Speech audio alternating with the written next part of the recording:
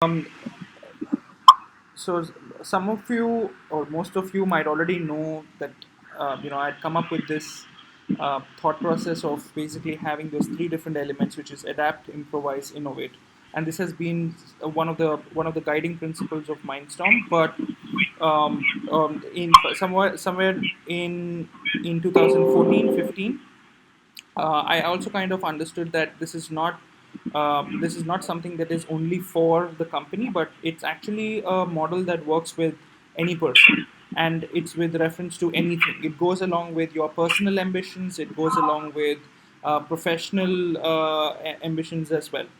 So um, the way I basically formed this approach of adapt, improvise, and innovate was primarily started off. It begins with my story or my own story, and that is where the experience comes in. So today, since Rashmita told me to speak about it, can you just mute it? I think there is. Hold on, I'm just muting everyone. Okay. All right. So Rashmita told me saying that why don't we do a session and on adapt, improvise, innovate. Only thing is this time she told me saying I wanted to add examples because sometimes what happens is yes you understand the concept but you probably are not able to understand if I don't give you examples. So something this happened recently when I and Sumit were talking, and I was giving him this example of what KFC does and what Crocs does, and what is an adapt, improvise, and innovate stage. How is it different? How does it work with? Because when I am going to give you examples, it becomes much more easier for you to understand. So what I've done is I've not only given examples of where it is being used in just our roles, not just the roles that you're currently performing at Mindstorm, but it also involves in what are other businesses doing, what is Mindstorm as a company doing, or if for that matter it could be it's one of my trading investments that I also deal in the stock market, crypto market, stuff like that. So how is it being used there, right? As well as if it is management, then how is it basically the same thing being used under the management side also. So I'm going to explain to you with examples saying what is what. So if you are a designer or a copywriter, then what is an adapt, what is an improvise, what is an innovate, right? uh, and if you are account manager, what's adapt, improvise, innovate. So you get an idea that will basically give you an understanding, because this is something that I probably wouldn't have shared, and it's very difficult to share also. Think about it. I mean, no one thought about the KFC thing, which I will kind of share that with you. I think let's just get started with that part itself. Let's look at KFC. And This is something that I had spoken to Sumit as well. So when I said, okay, if you were to look at adapt, improvise, innovate, then some of the things that KFC did was when it actually launched in India, right? It was under the adapt stage. So it basically took the same products that they were selling internationally, and they basically put it in India, and they said, okay, we are now launching KFC. So what happens is you're trying to identify and you're trying to adapt the same model which is working in multiple countries in India as well, right? So that's the adapt stage. You kind of basically get involved, get consumers involved, get a feeling of what the consumer is thinking, and get an understanding of the feedback and stuff like that. So now, what happens to a company after they basically do the adapt stage is, in most cases, some of the companies feel like, okay, it's not going to work, so let's just shut down, right? And this is the same thing that happens even with employees as well. It's the same thing that happens to entrepreneurs who are starting off, who are not going to the next level, right? So you're basically trying to start off, and you feel like, okay, it's not working for you, so you just shut it out, rather than getting into the improvised stage. So it's not just for employees, but it also for people who are starting off. It's also for people who are companies who are starting off, and I'll give you an explanation of how it works with companies as well and agencies as well. So that is also included as part of this, and I've kind of put in a lot of examples. So when we basically we look at KFC, right? So initially, when KFC came in, it had its own products, it had its own brand, it had its the same branded burger and stuff like that. And then what happened? Over a period of a few years, they decided, okay, let's improvise, let's customize it to the local market, right? That's when you got tandoori chicken burger, right? It's not something that's being sold everywhere in the world, but you get it in India. You get a hot and spicy burger, right? Now this is the improvisation stage, right? This is a stage where you start experimenting, saying that okay, let us see which flavors will go very well, like the red hot spicy grill chicken, whatever. You don't get that anywhere else in the world. You get it only in India. So similarly, in each local market, they basically figure out saying what is that local flavor, which is something that people like, and they try to sell that part. And then comes the innovation stage. Every time when we talk about innovation stage, the reason why it's on the innovation side is that it also has a financial impact to that organization. Okay. Now it's as simple as some of the things that you would have probably already tried. It is the peri peri powder that they sell with French fries, right? It is for that, just that peri peri, you pay 28 bucks extra, nothing else. And it costs nothing for them, literally nothing, but you end up paying 28 bucks for that. Or I do not know what is the current rate now, because I don't even look at the bill these days. But the point is that you end up paying for that additional thing. And what happened with that? They empowered you, they gave you something that you feel, wow, this is awesome, right? I mean, just mixing that with the French fries gives you another dish altogether. They made you work because they don't mix it, they'll basically make you mix it. So you get to decide how you want to flavor it and how you want to customize it. Maybe you want to put little of peri peri, maybe you want to put more of peri peri and make it more spicy, or whatever. But the point is, that's how they did it, and you pay additional for that. Now, it's that small twist in the product. It's a small twist in the thing that increases the financial side of it, of the business drastically, right? Because anyone who basically walks in, goes for a peri peri and then wants to basically try the peri peri fries. It's like, okay, you go there, do you want the French fries or you want the peri peri fries? They always ask you, they upsell that part. And then most of the time you tend to choose, okay, peri peri fries, that's well.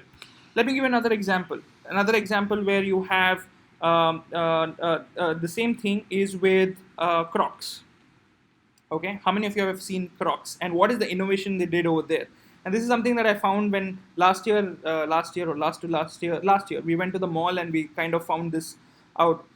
So when Crocs came to India, they looked at adapt stage, which is basically they identify, okay, and they're selling the products that they already manufacture. So you have those big shoes with kind of holes in it, and trying to see whether something like that sells in the Indian market. So they kind of try to adapt to the Indian market. And then after that, what they did is they came into customized Indian version footwear. So they had Indian version of footwear. They were modified versions of the footwear, but it looks like Crocs. It's still built and using the same quality and the same standard, but the designs have basically been localized, right? And that's how they basically went into. Now, what's the innovation here? Can anyone share what is the innovation here other than Sumit? I don't know where Sumit right now, but yeah, can anyone share what is the innovation here? Anyone can answer.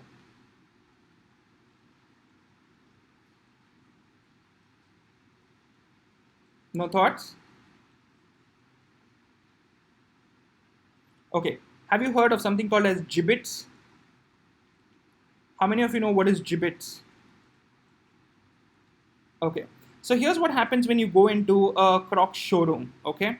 I'm just going to click on present now because I have this thing on my screen. Are you able to see my screen? Yeah? Can you see this? Can you see these small stickers? Yes. And they're selling it for like 249 bucks. And you can customize them. And they are everything from Disney to superheroes to Friends Forever. Now imagine this, you will buy two of them, even if you have to buy one. And you can customize and go crazy with customizing your Crocs just with something called as a gibbets. Now how cool is that, right? And that's where innovation comes in, because that is innovation. You're basically coming up with something that did not really exist and no one even thought about it. It was as simple as that, right? And it added a huge financial revenue and added a complete new line or a business line to something that already existed as a business without tampering with the existing business model.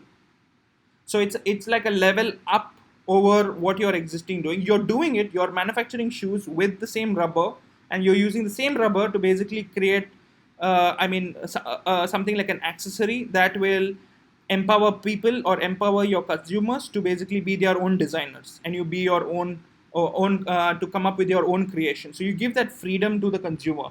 And when I went last year, I also saw gibbets that are connected to Marvel, and they had Marvel related characters also. They had Iron Man, they had the Shield. Imagine, why wouldn't someone who has a Crocs buy it, not buy it, right? So it kind of gives that next level altogether when it comes to, and this is where innovation comes in. It's a small thing, it's a small value, and you can basically take a business to the next level altogether. And this is exactly what happened even to me earlier when I was in my first company where I worked, and that's where I started off the digital division. And the reason why I can tell you I started off the digital division is because it did not exist before I came there. And I basically was the one who co-founded the digital division. And in that same year, once I basically went through, so I joined as a client servicing person. It was not my job to basically do anything different. I joined as a client servicing person. I moved on to take on additional work from different departments in the company because I just wanted to learn things at that point of time. It was my first year, and then I ended up basically learning about PR. Did a lot of reports. The team included me in pretty much everything because I told them saying don't want to be only doing client servicing. I want to do pretty much everything else also because you get to learn multiple things in one place. So I ended up doing reports. I ended up also trying to learn media, and it was too much work. So there was a lot in the offline media space because one, you had to learn how to use the Nielsen's, whatever the tools are in media, which is very very different. It's not as easy as the digital one. But it's extremely complex because over there it's a lot to do with all the rates are already given, but then it's about trying to figure out using the data, saying okay, how real time can you get, and all of this data is all extrapolated data, so you don't really know whether the numbers are real, and the fiasco between the TV ratings and the TRP ratings that happened recently.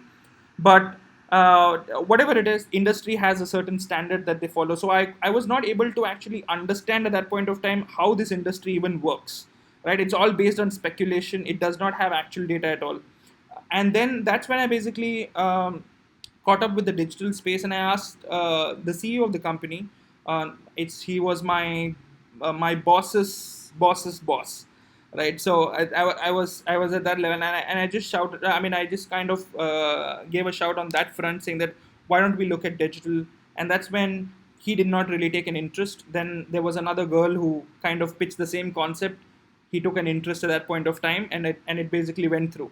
So, and then that girl depended on me to put those things in place. So ultimately, once I took over, then she said, okay, she resigns and she's going to basically move on. So that's how I ended up basically being, taking over the complete digital in that space and forming the trial and error phase. There was a trial and error phase that happened because no one knew whether digital is going to be big. No one knew whether social is going to be big at that point of time. And all I cared about was, most of the time, it was about Facebook at that point of time, and I really did not care about anything else. So at some point of time, my boss this super boss of mine used to tell me saying, you're selling marketing, you're selling advertising, you're not selling Facebook. So remember that when you talk to a client, you're selling marketing and business, and you're trying to make money out of that. You're not selling Facebook. So don't sell Facebook. So then that's when I realized saying that I need to start learning from him as to how to basically do the business side of it and how do I learn the marketing side of it. Now, obviously, he was like, I think about 35 years elder to me. So he had that there was that kind of age difference. So for him to understand social and digital was very difficult. But he was somebody who could sell a stone also. So I figured that out because apparently I realized after several years after I moved out that he apparently had sold digital marketing when I wasn't even in the company before me. I joined, but he had already sold digital marketing and he was already taking the money for it.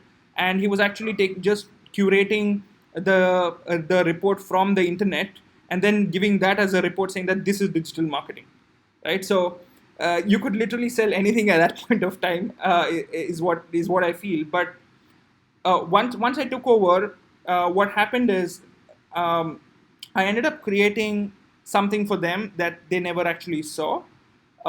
So basically, their Facebook pages, the social media pages. I also created something called as a daily newspaper for a brand. Um, I don't know whether you can create that right now. It was a platform called paper.ly. And what it used to do was it used to take all the people who you follow on Twitter and convert all the articles shared by those people into a news.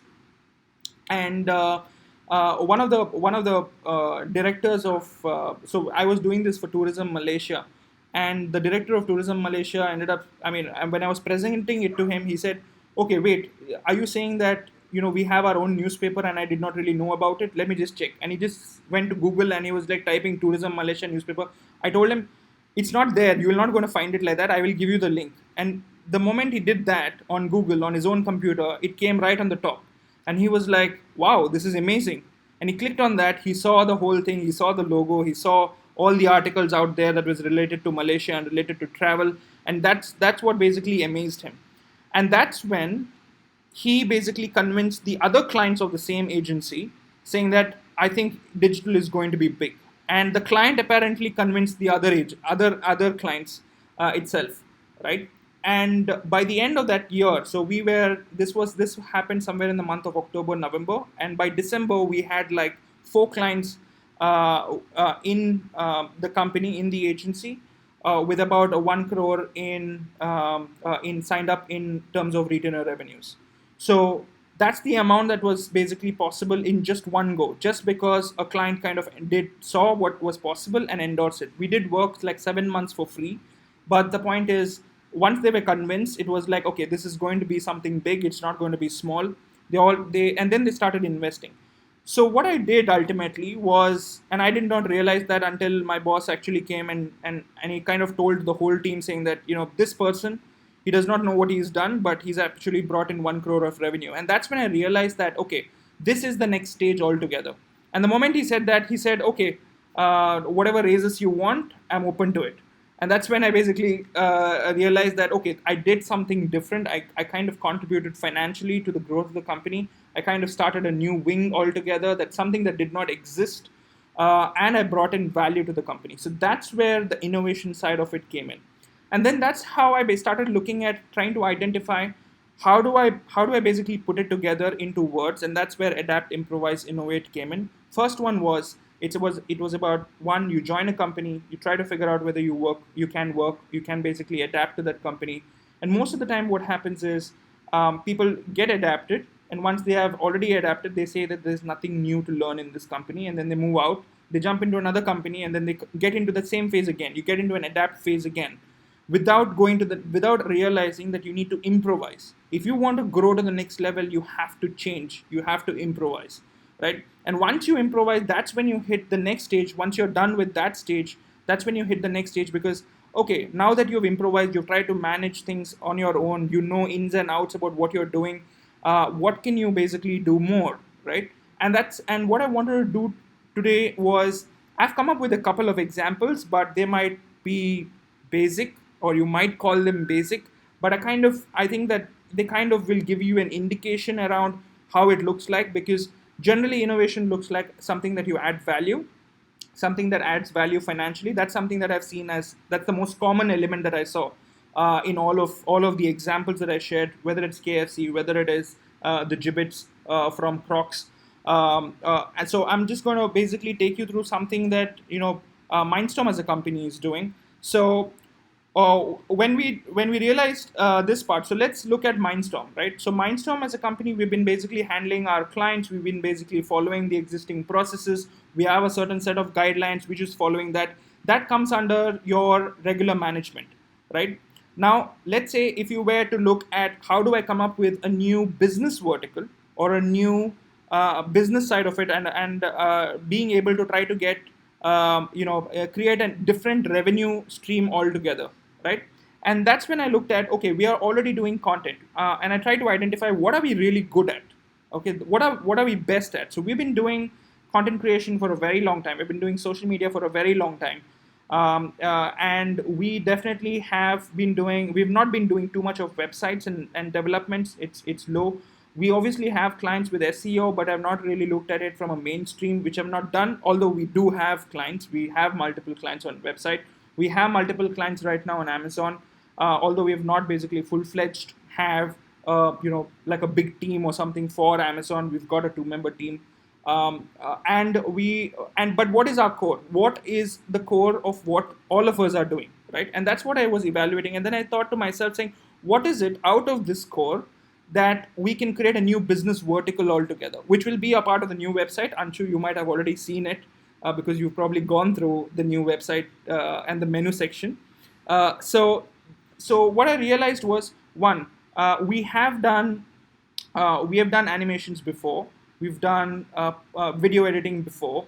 And all of this resulted in, okay, why don't we have a video marketing focus? And why don't we increase more focus on the video marketing side of it? Because we have not been doing it. There is demand. It's not that there isn't a demand.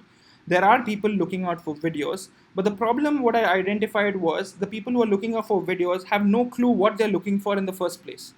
So the idea was, okay, what if I basically give them a page that shows them, saying these are the different types of videos that are actually possible, right? You have a 3D video, you have a 2D video, you have a character-based video, you've got a illustration-based video, you've got an iconography-based video, you've got a shoot-based video, you have a case study-based video. So there are like so many different types of videos, and I think that the thought process that went to my mind was, why don't we can actually do all, and whatever we can't do, we can anyway outsource. But the point is, I can actually show a client or a potential lead saying, these are all the videos that are actually possible, right? Now you get to choose what you really want to do based on your budget, based on how complex it is. Do you really want to do, like, a 3D animation as part of it, whatever. And we can actually fill in the gaps there. So if it is a 3D, I already have someone who does 3D animations. I already have someone who does shoot-based. And we have done shoot-based. I mean, we've done it for Vijay Sales. The same team is already there. They've done some fabulous shoots. And a team before that did fabulous shoots for influencer marketing with Kishore Merchant. Some of you would have seen the video of Kishore Merchant as well. So when I basically share this with clients, they're like, how did you manage to pull this off, right? So I tell them, saying that, okay, we did not have a model. We got an influencer who could speak properly, who could speak very well, has that kind of flair to speak. So we combined it with bloggers, and then we came up with a budget that is way lower than pretty much anyone else in the industry. So that's how we were able to basically add 2 plus 2 together and make some amazing videos. So that's where I looked at making videos as a stream, as a self-supporting stream, so that what happens is, if there is an income that's being generated from the video segment, then that is a huge space that we can definitely explore, because a lot of people are obviously looking for video. Yes, they are looking for shoot-based also. They're looking for all kinds of videos. It's not that it's only animation and stuff like that. But I thought to myself, saying, why don't we get started? And that's where the DuPont project came in for video. And I just realized that we can do voiceovers as well, considering Anshu is very good at voiceovers, right? So obviously, and what happens here is that I realized that, okay, if the client kind of likes the voiceovers, then all of us can participate, right? It's not limited and all of us can make extra bucks. Why should we limit it to just the voiceover artist to actually do extra bucks? Why don't we all do it, right? So anyone can basically contribute. You basically be a part of the video. If it clicks, then yeah, you can obviously take that commission, right? So that's what we were looking for. And that's where we're looking at, okay, if you're going to do a video site, then let's look at how we can take it further, as a whole team. And all these video projects, if they're coming in, then great. So that's where the Nimea project is coming. That's where the DuPont project is coming. We have 2 projects right now. What I'm looking at doing is have these 2 projects, once they are done, put it on the website, so people can actually see what we have done. They can see all the work. In fact, all the YouTube videos that you have seen and all of that, they are all out there on the new website. Most of you have not seen it. Some of you have. But basically, it will give the clients an idea of what is possible in video. So most of the time, they do not know that. So that's where the innovation side of it comes in. That's where the additional bucks or the additional thing comes in, without hampering the existing what do you call it, existing team members in terms of it's a similar work, right? It's not going to be different. So just so let's say Aman is good at iconography based videos, he's still doing iconography based videos, and we have a new type of business model that we're trying to put in place.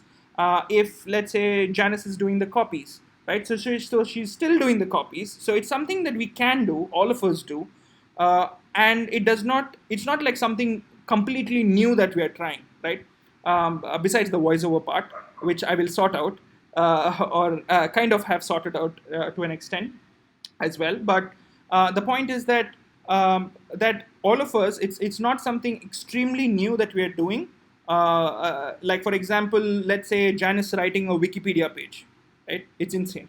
You don't know. First of all, you do not know what are the rules of a Wikipedia page that it will even get accepted, right? So at that point of time, I will not give Janice to write a Wikipedia page, right? Another example would be trend something on Twitter.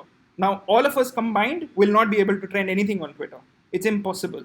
So what do? I basically find someone who can help us trend, and we've been working with them closely, and that's where we've been working with the politicians in Rajasthan. We've been working with the politicians in multiple places to basically.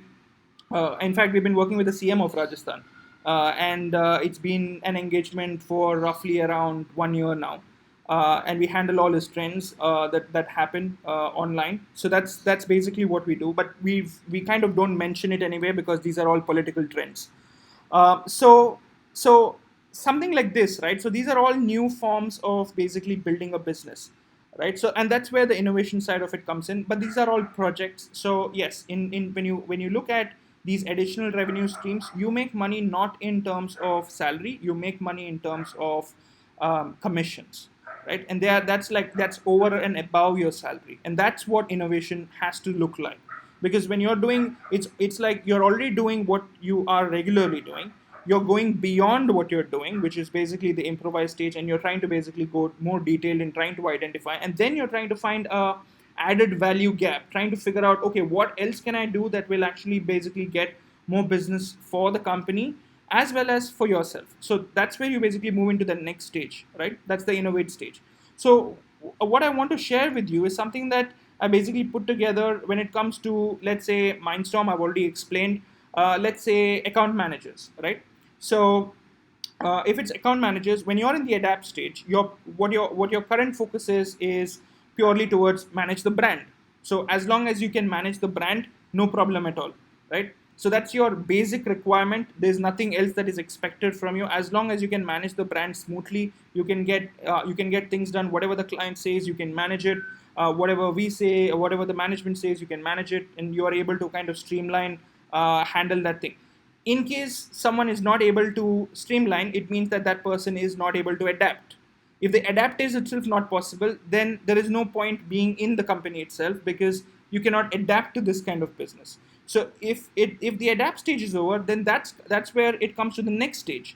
The next stage in the process is improvise. Improvise is where you refine the work, right? You refine what you are already doing. You are able to present things better. You're able to modify. You're able to customize. You're able to customize formulas that have been existing, or you've actually put. Now, mind you, this is not necessarily for account managers only. It could be for everyone. I'm just giving you an example. Okay, so you can customize formulas because you know exactly how to get things done, or how you plan to present better.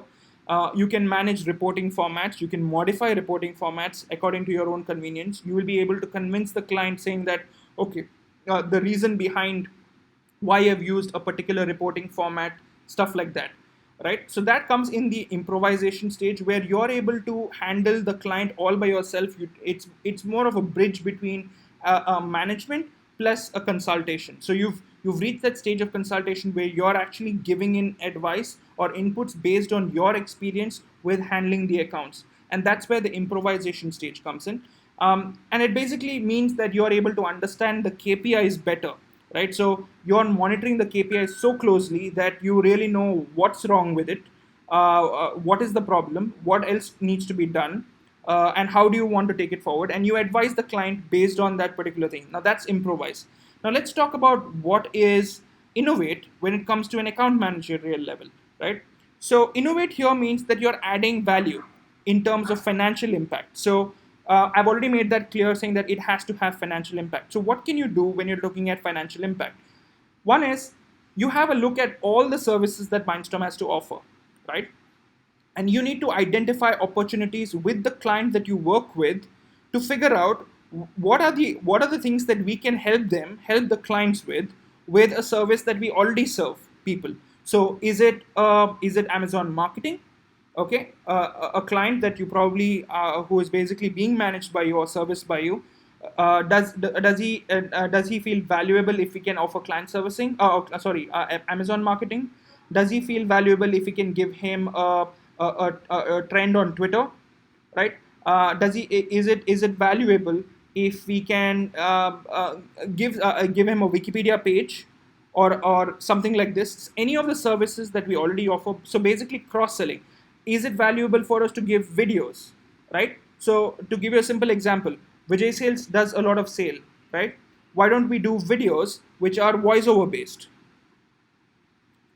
And that's an idea that we got when we heard Anshu speaking on the DuPont video, right? And we were like, hey, you know what? We can actually do this. Why not do it?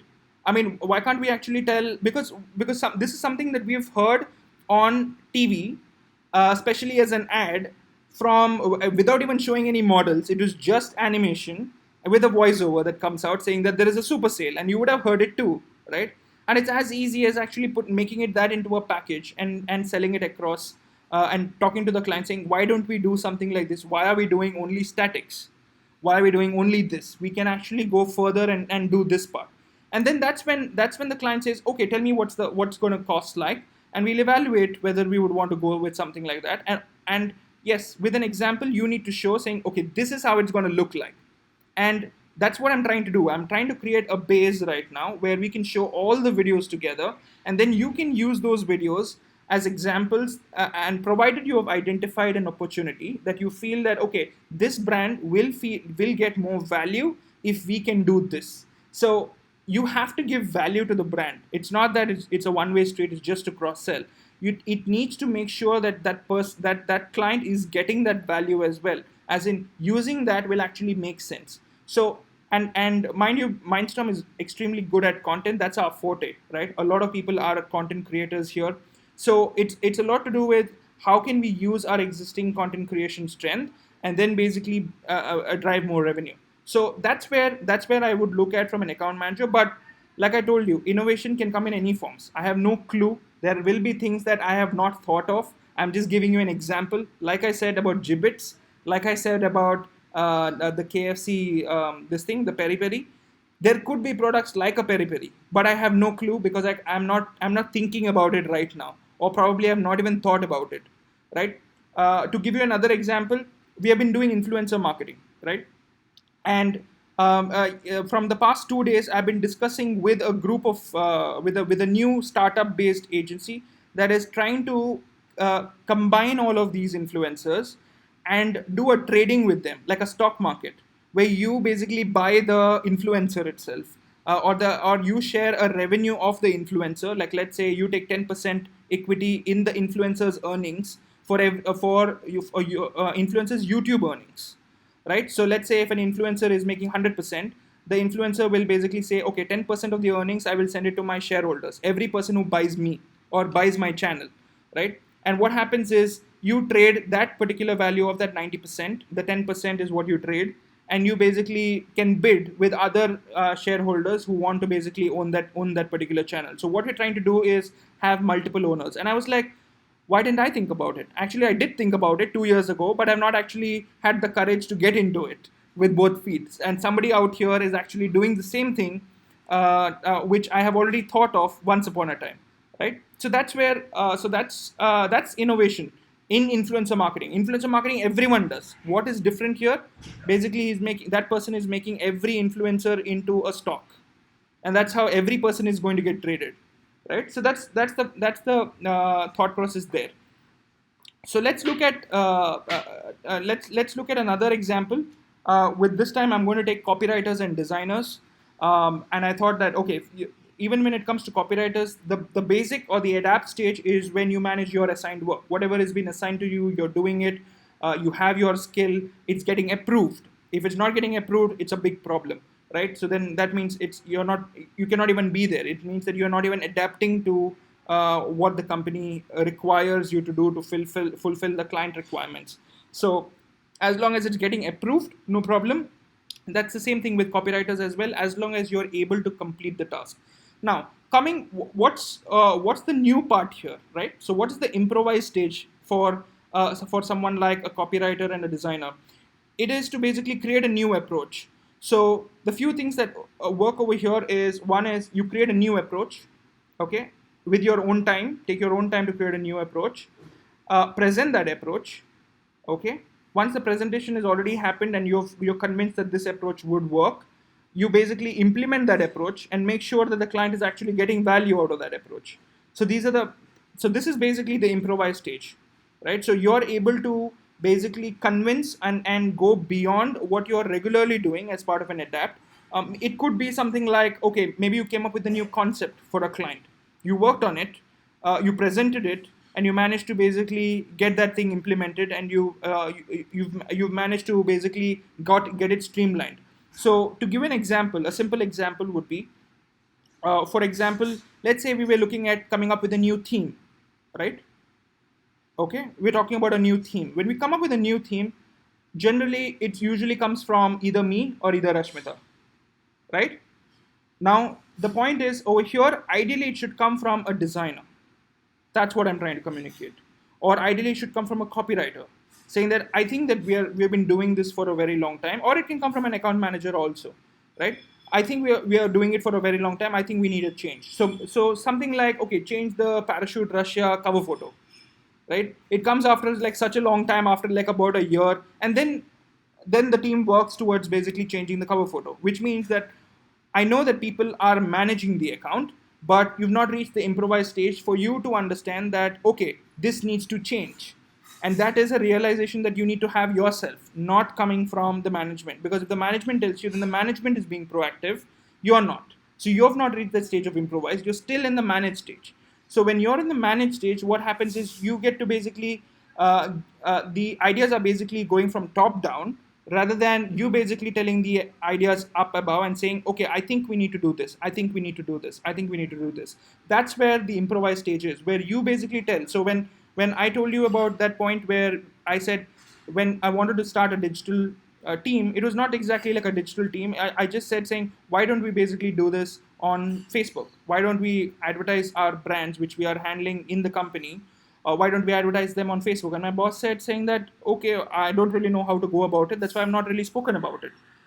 And I basically initiated that, right? And once I initiated it, I followed through the whole process. I managed to basically convince them, because all they told me was, okay, you can take some time off from your existing work. I do not want it to be hampering your work, but do that additional bit and show me that it actually works. For them, it's not a loss at that point of time, because at the end of it, I'm still an executive, right? And I'm dedicating a part of my time to build something completely new. If it works, they have an advantage. They have a big plus, because it increases the finance. It can be rolled out into a full-fledged vertical or a business vertical. If it does not work, what's the cost? Not much, right? At the end of it, I'm just an executive. So what I'm trying to say when you're looking at the improvise stage is a part where you're basically giving ideas and giving suggestions to change. That basically that gets into a phase where you're proposing something, you're presenting something, and that is basically leading to a certain change, and you're getting it implemented. It could be thing as simple as, okay, I suggested a contest. This is a set of contests that I've thought, and what happens most of the time is you suggest a contest. That contest is basically either taken up by the manager or it's not taken up by the manager. And then you basically figure out, okay, I've suggested this contest, but this contest did not go through. The point is, you have to convince your manager, saying that, okay, this will work, okay? And if you want help to convince the client, I will be there on that call with you, right? And I will talk to the client myself that this particular concept will work. You need to basically take that additional steps to figure out and then implement it, make sure it works. That's the improvised stage. Because at the end of it, you are only valuable or more valuable than you normally are when you are able to implement what you have communicated and it is successful. If it is not successful, there's no risk. You have you can always come up with new ideas. Okay, but the point is, the moment you are successful with an idea that you contributed, that means that you have a feather in the cap that you can always talk about. It's just like how I've told or I've been telling, saying I formed a digital agency in that particular company that did not have a digital agency, right? And it basically goes that way. So that is the improvised stage. Now let's talk about what would be something that is the innovate stage. The innovate stage is more towards something that you do, okay, drives, like I said, it has a financial impact to the company. So as a designer, what can you do to bring in additional revenues to the company?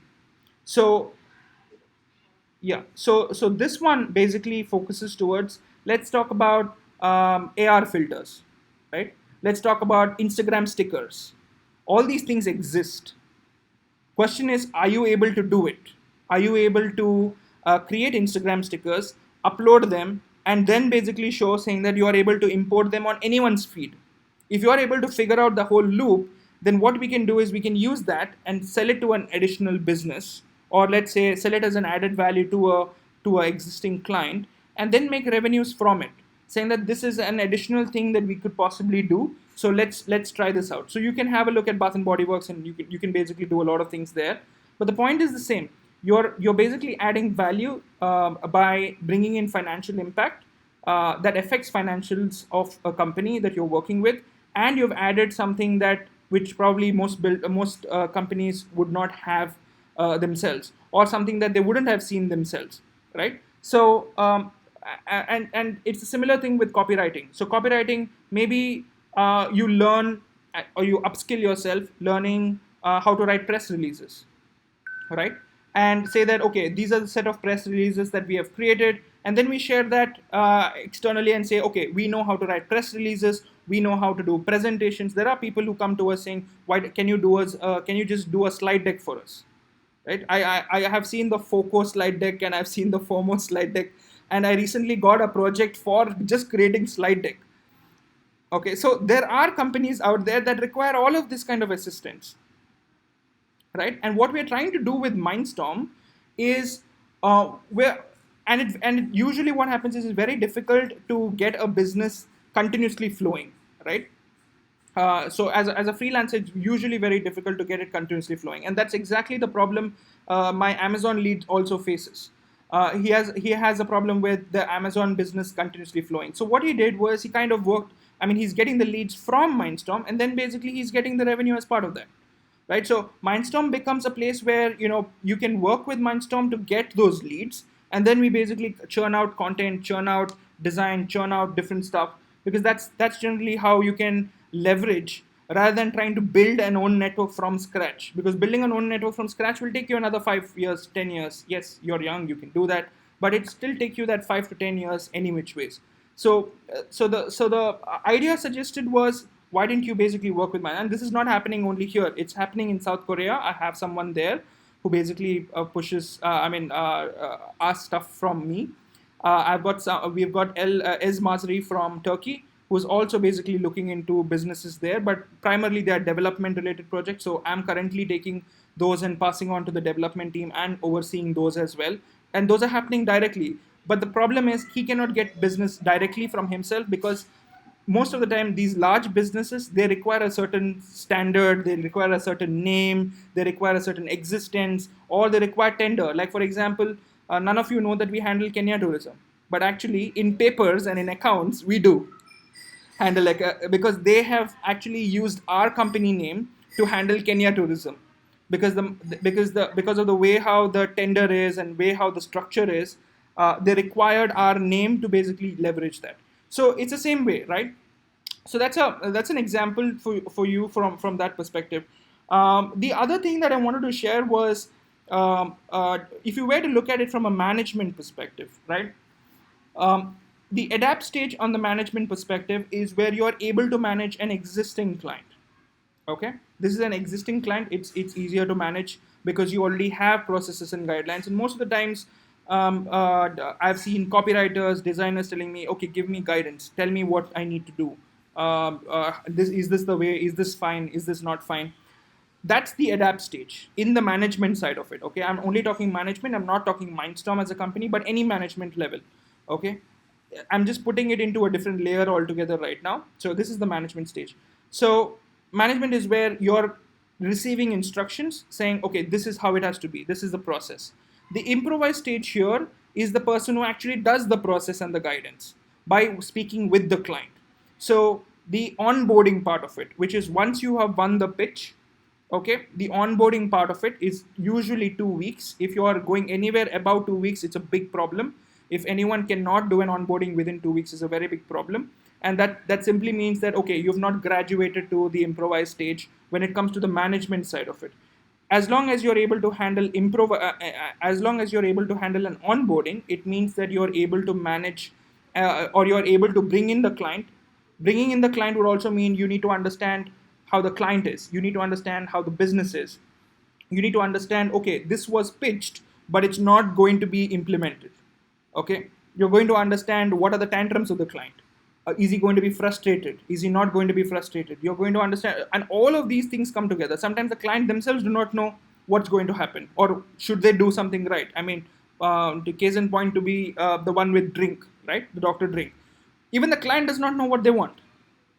How do you basically come up with a process? At that point of time, the onboarding team is the one who decides, saying that, okay, is this fine, is this the direction that we need to go to, right? And that is the most crucial stage. If you can crack that, you've already reached the improvise stage.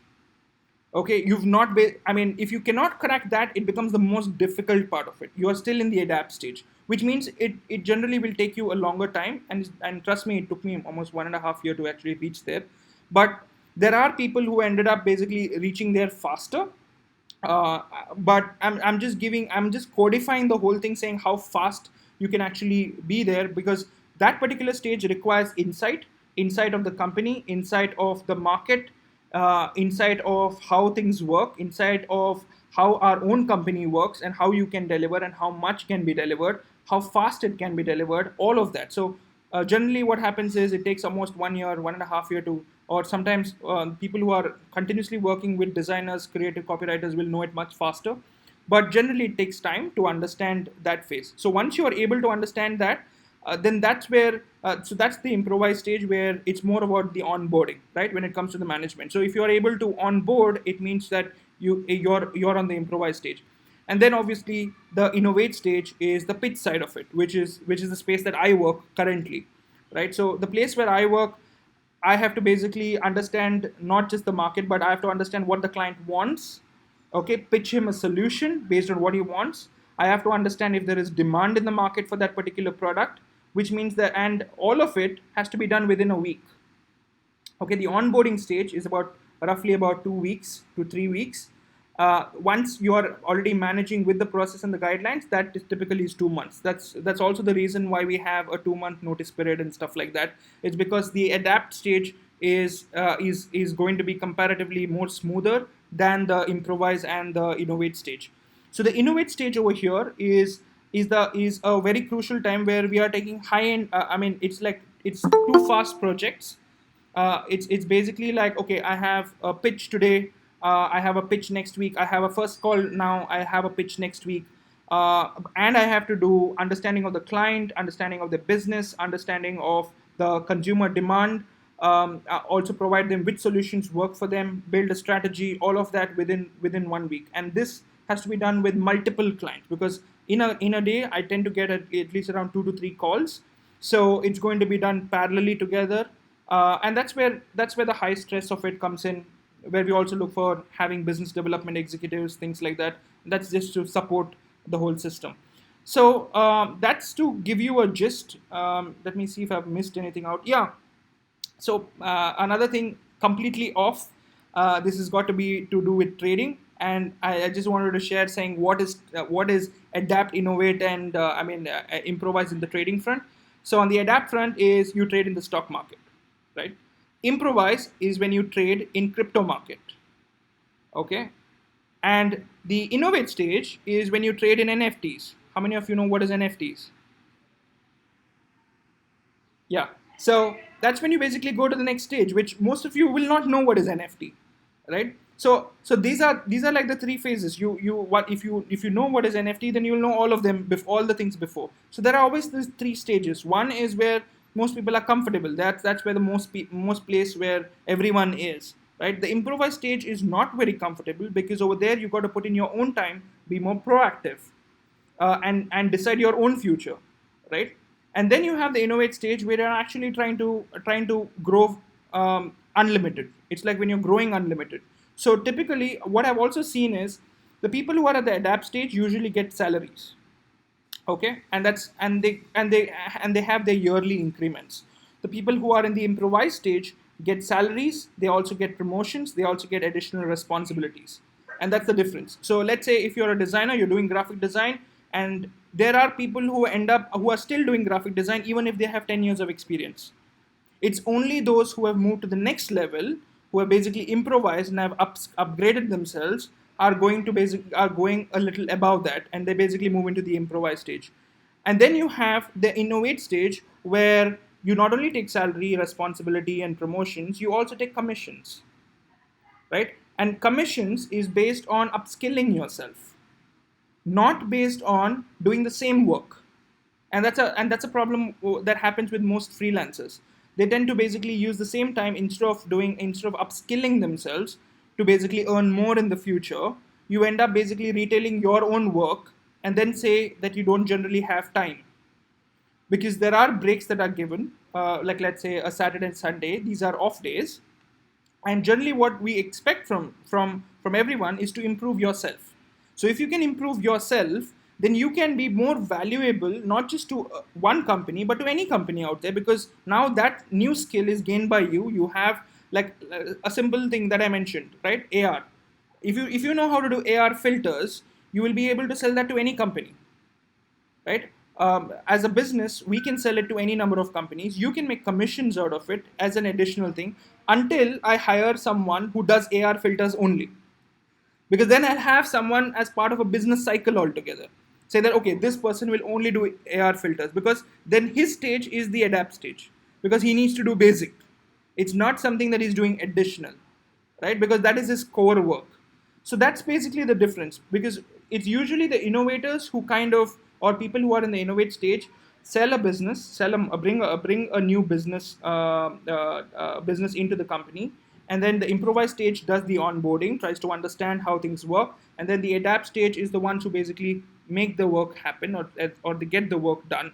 So the reason why I wanted to have this discussion, and Rashmita told me, saying that, okay, I think we need to kind of clarify, because we have always been talking about adapt, improvise, innovate, and all of that, but we've never been able to give examples. So I just hope this kind of helped, and it kind of gives you a clarity, saying what is improvise, what is innovate, and what is adapt. So because if this can give you some clarity, then you know that, okay, what you need to do, how you basically need to go forward, right? And how you need to basically look at anything. It could be even personal relationships, right? So let's say you have a boyfriend, girlfriend. You first always go to adapt, then you try to do improvise, and then you try to do something new. It's always going to be the same route, right? It's in not, the thing is, you don't directly jump to improvise. You directly jump to improvise, you'll get a slap, probably, who knows, right? So you don't directly go to the next stage. You have to start somewhere, and you kind of have to basically adapt first. And there are things that these are things that you have personally done, right?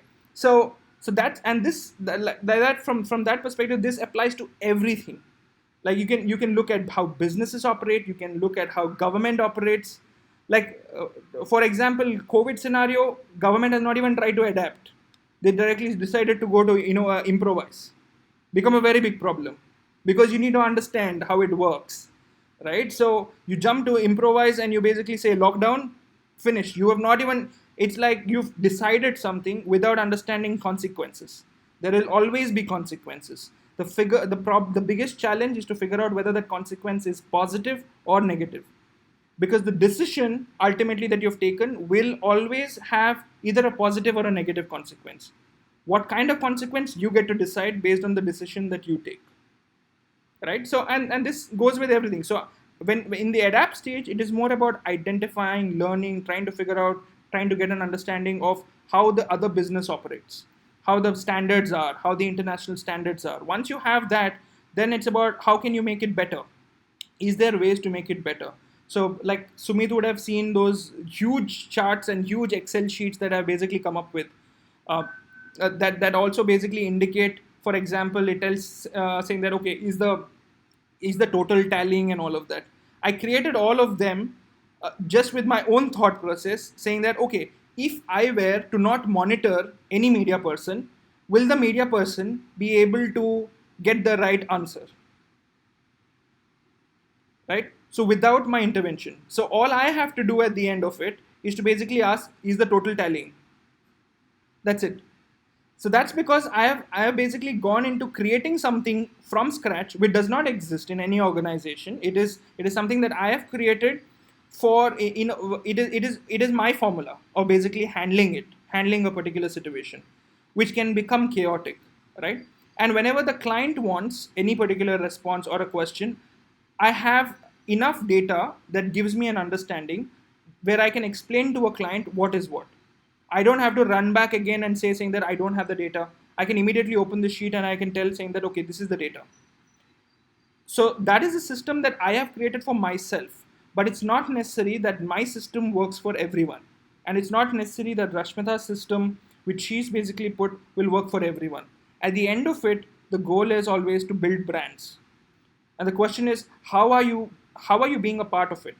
Are you being someone who will adapt and follow instructions, or are you going to basically contribute from your own side and be proactive and say that okay, this one works, this one for sure will work, or it can be better, or it can be improved this way, and or the third one where you basically go beyond and build in financial revenue for the company as well as for yourself.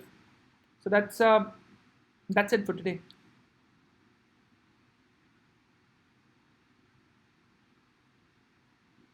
Hope that was helpful. Any feedback, please share. Anil, can we have next session on stocks and Crypto, cryptocurrency? please, crypto. What would you want to know about stocks and crypto? I can definitely Like have sessions on stocks and Like crypto, where but to start, like how where to to start? Because start and I'm how to, planning. yeah. yeah, sure. Anyone who's interested in that, I'll share what I've learned. Yeah. Guys, you can share your personal feedbacks directly on personal chat with Anike. And anything that you think we need to take it up, put it across. Maybe if we are not the right resource people, we'll have somebody join us and talk about it. Okay? Like a guest speaker who can, talk to us. Yeah, so let's say if you're looking at having someone trying to do a financial plan, then yeah, we should be able to arrange someone so that you can do a financial plan for yourself as well. But I'm going to also add in saying how do you do a financial plan, and there are three different types of financial plans. So I'll add in that part, but it only starts with once you do your first financial plan. So yeah, send that across to Anike. Then based on what we think we can do, we can start looking for a resource person, and then bring the person on board, and then we need to work on commercials in case it comes with a commercial cost as well. But yes, it will be in the part of learning itself. So something that is good is always appreciated. Okay, so that's okay. Sound good? So thank you guys. Bye bye. Thank you. Thanks for being there. Thank you. Thank you. Bye-bye. My Any questions? Drop me a personal note. Bye.